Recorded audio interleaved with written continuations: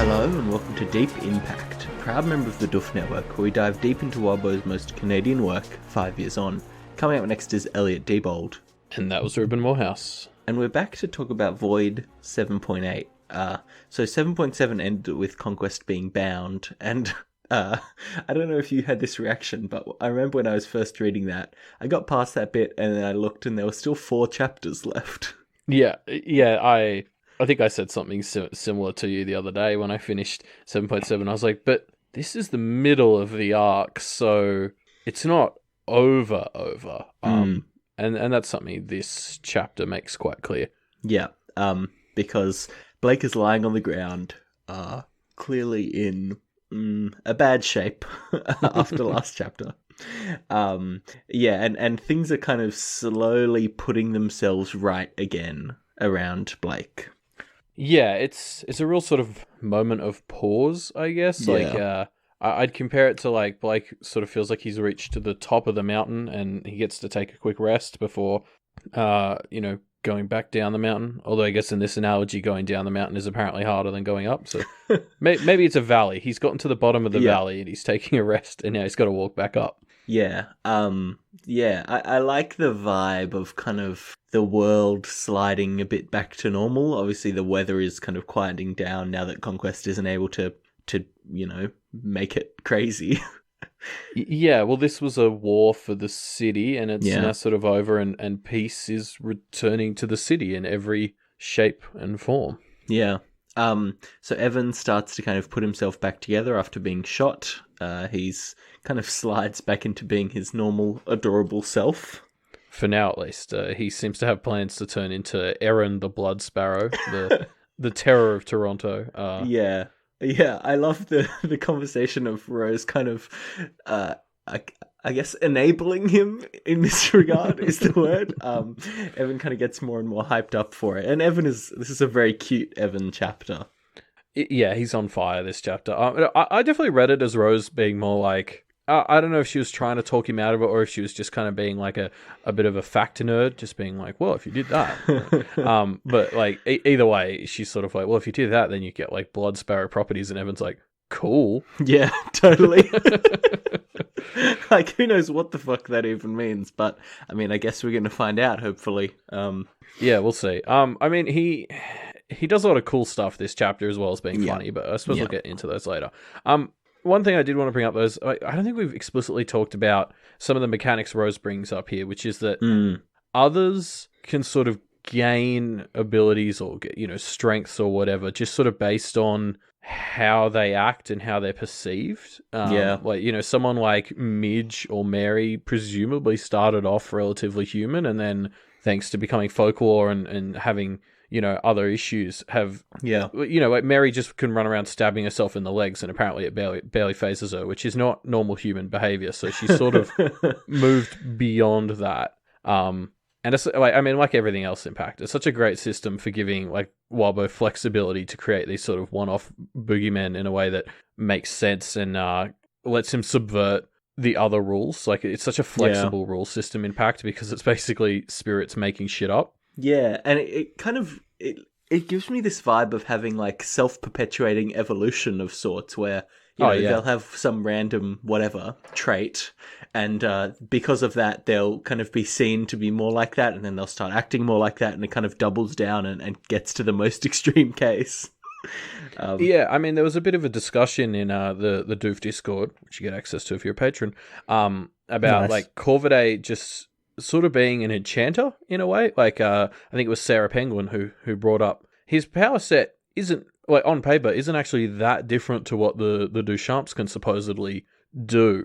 And so I think this all might be part of that. Like, some of what we talked about is that maybe he's more powerful, more fundamental, but maybe that is how he started. Like, maybe he was just an enchanter who was doing bad stuff, and got a reputation, and then as he sort of became an other who was bound and stuff, it's as you said, it's a self-perpetuating cycle, and he got more powerful and a bit more different to what we usually just say an enchanter is. Kind of specialized, I guess. Yeah. So Evan brings up the memories from last chapter, and he I mean, I think it's fair to say, handles this pretty well. He's pretty, for the ghost of an 8-year-old, he does handle this with appropriate levels of maturity. Yes. I'll tackle that a bit more in a sec, but I do just want to, like, this was one of those conversations where I went to pull a bit out and then realized I was just highlighting, like, you know, the whole segment. Yeah. I just love the bit where, like, Evan has a few moments where he realizes he's really pushing Blake, so he kind of backs off a bit and changes the subject a bit to help sort of ease Blake into having this conversation a little. And I love the bit where Blake sort of says they need to discuss the blood sparrow thing, and Evan responds, so that means I can just do it, or like I go and do it and then say sorry afterwards. And like even Blake sort of has to be like, yeah, fair call. Like, you know, Rose and I don't have a good dynamic. Yeah, he's learning a bit too much from them, I think. Which is something like, I remember that was something Blake called out towards the start of this arc when he was dying, is he didn't want Evan to start turning into a schemer. And I like that this would imply maybe Evan is, but in a way that's like trademark Evan. Like he's just sort of being this open schemer. He's like, well, I could do this. Yeah. Yeah. You're right that there's a lot to pull out here. But I want to pull out this one section, just because I think it's a very great bit of Evan's whole conversation here, where Evan says, we're stuck together. If I don't say something, then it becomes this thing we don't talk about. Like the time my mum and my dad separated for a while when I was really young, and my mum had a boyfriend right away after my dad left, and my parents got back together, and nobody ever talks about the guy that was around back then. Like they thought I didn't remember. Man, this is so good. Evan is so like, fuck, he's like perfectly awkwardly navigating this conversation. It's awesome. Yeah, I mean, like, he's so mature, and like, I think he handles this exceptionally well, like especially for an 8-year-old. I mean, obviously he's been through some stuff, and 8-year-olds can handle themselves quite well. But like, you know, I know a lot of people in their 20s who probably couldn't handle an emotional conversation like this pretty well. Yeah, like you're right. He absolutely kills it on every level. He's so wholesome. I love him. I love him to bits. Well, he's the best type of person for Blake to try and have this conversation with, because he's so wholesome and kind of innocent. Like he comes at it from a very pure place. Yeah, totally. Yeah. So Blake, Maggie, and Rose kind of finish binding Conquest, putting it all back together. They have to kind of use the cord for the book, I think, to kind of tie it up, but they can't touch it, so they've got to like use the hyena sword and Maggie's dagger to kind of tie it all together. It's a very fun little weird beat. This is probably just my own neuroses, but like, the most upsetting part of this to me was that they're just tearing pages out of the book. I don't like this. Are they going to be able to put the pages back in the book? Like, I don't like this. Yeah, Blake needs to read that book so that he gets a free favor. Yeah, I hope they tore out pages from the first chapter. There's also a line where Maggie says to Rose is worried about having more of her hair cut, and Maggie says, I should be able to use what's here. If I can't, you do have more on your head. And Rose says, I'd rather not. Maggie's response is, you could use hair from elsewhere, Maggie said, arching an eyebrow. Athame raised, which is a great beat. And I think I would have loved another little bit of Evan not getting what the joke is, but it's still pretty good without it. I don't know. Considering Evan was just talking about piecing together what happened to Blake in the second vision, I'm fine with him not thinking about. Let's stay away from that whole. Yeah.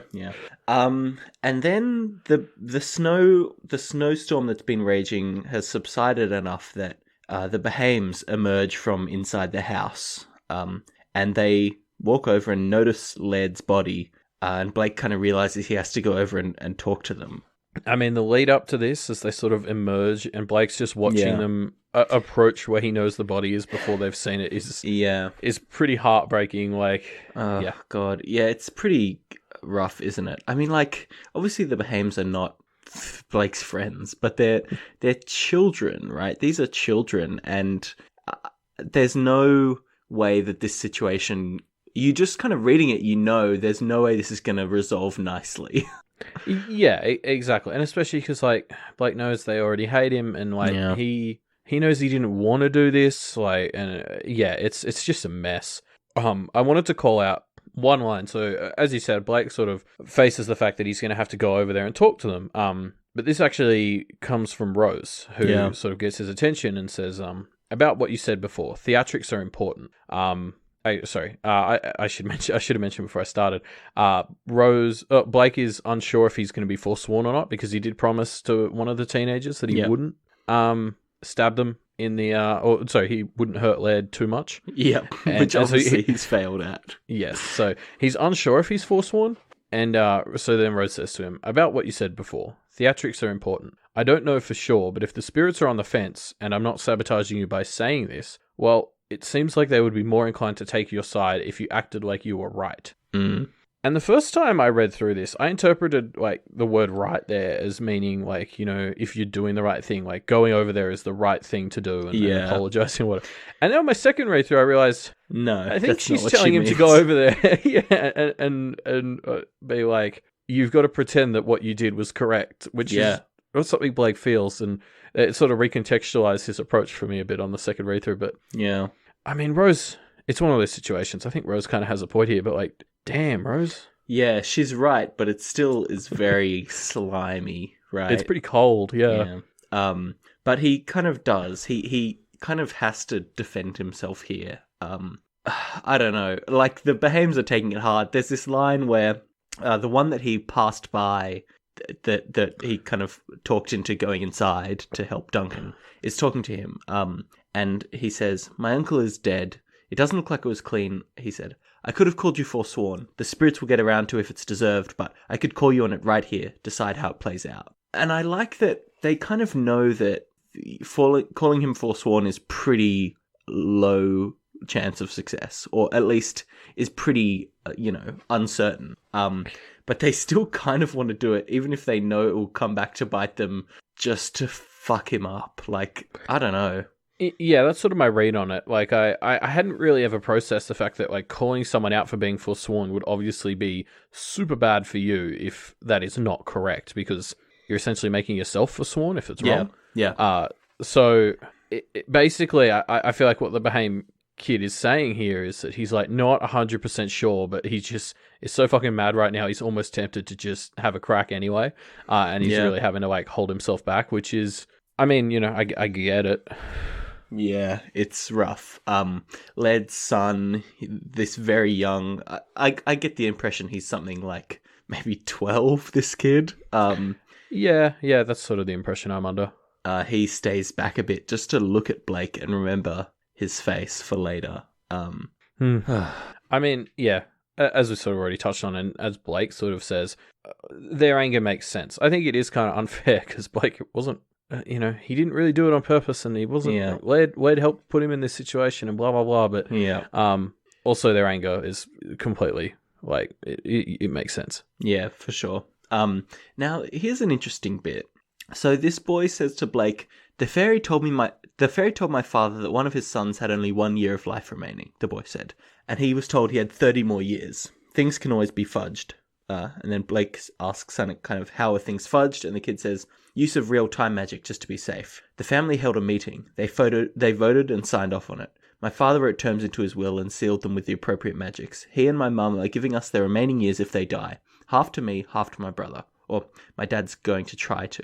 Which is wild. They can do that? Like, that's a thing that they can do? I mean, I'd totally forgotten about this whole Led's family life expectancy thing, so I jumped back to 2.2 to read when Patrick talked about this in the meeting. I mean, he didn't bring it up this chapter, even though he's totally... Sure. But interestingly, in that chapter, Patrick mentions that Led has 2 daughters and 1 son, so I don't know what's going on there, but it's an interesting twist on this whole idea of people having a certain number of years left, but obviously chronomancers, I guess, have the ability to donate those or like to other people. Exchange them around, which is wild. Yeah. So they need to use the hyena to finish this binding. So Rose kind of dismisses it, and it kind of resets back to its sword form, but broken now. And then Blake uses it to do what we were talking about before, kind of tie up the ribbon on the book. So it's now not just a goblin sword, it's like a broken goblin sword. Yeah, I mean, obviously, like, the symbolism there kind of speaks for itself. I guess I was a bit confused at first, because I was like, but it's dead, how is it transforming? Yeah. I guess maybe death isn't quite as black and white for others, or like, I don't know, maybe the spirits have more to do with this than like the hyena. I don't know, but it's yeah, you're right. It's pretty cool. Yeah. It's cool. They've gained a key item here. Yeah, some good loot.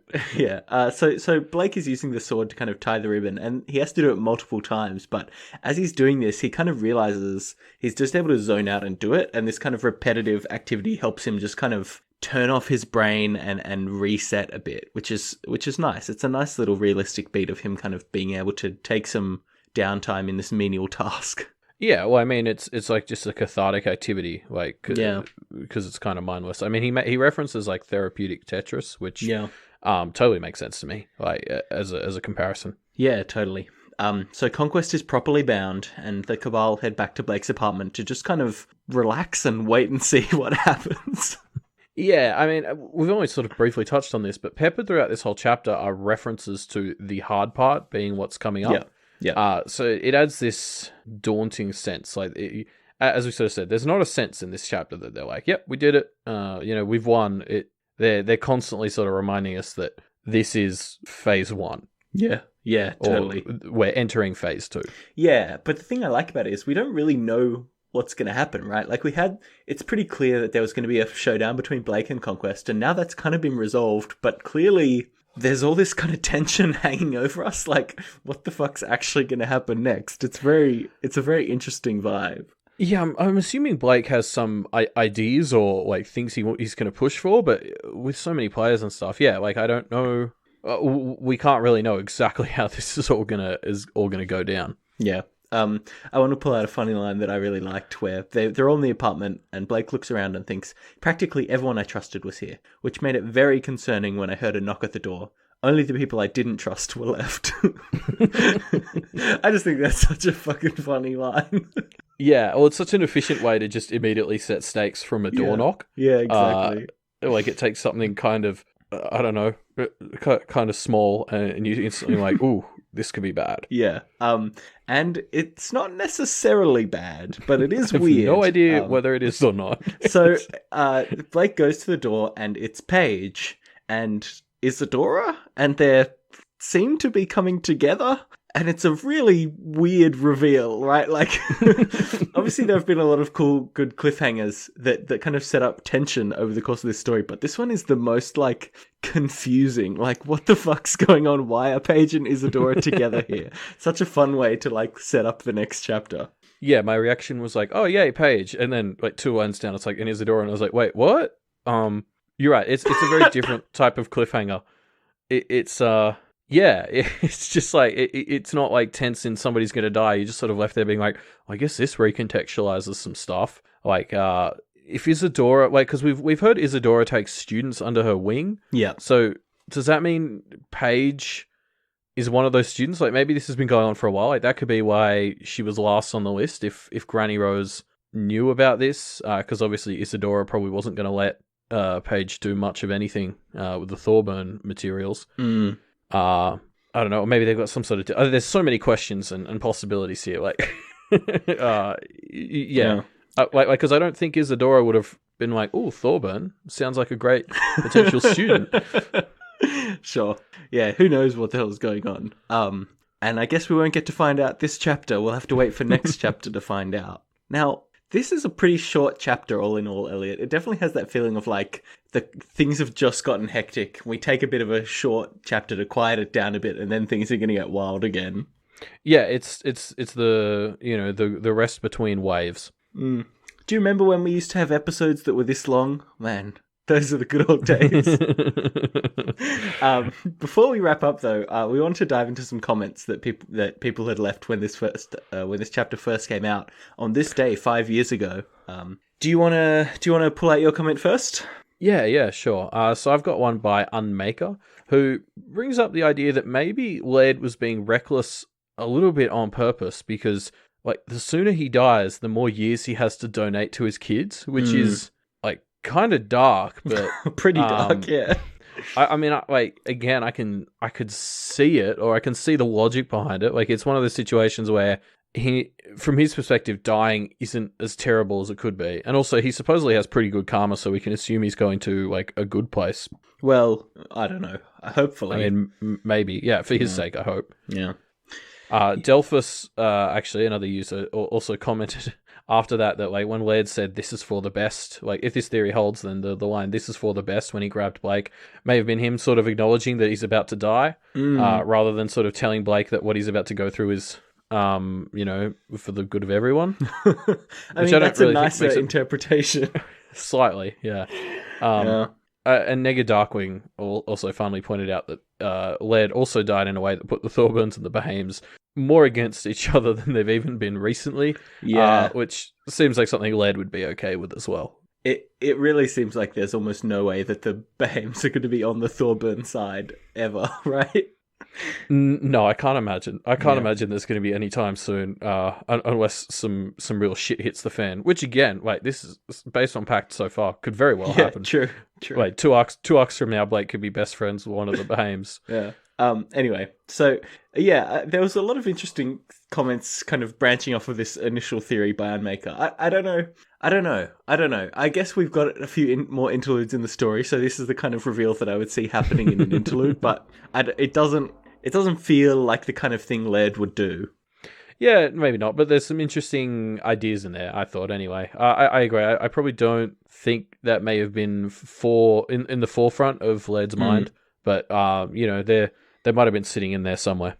Yeah, true.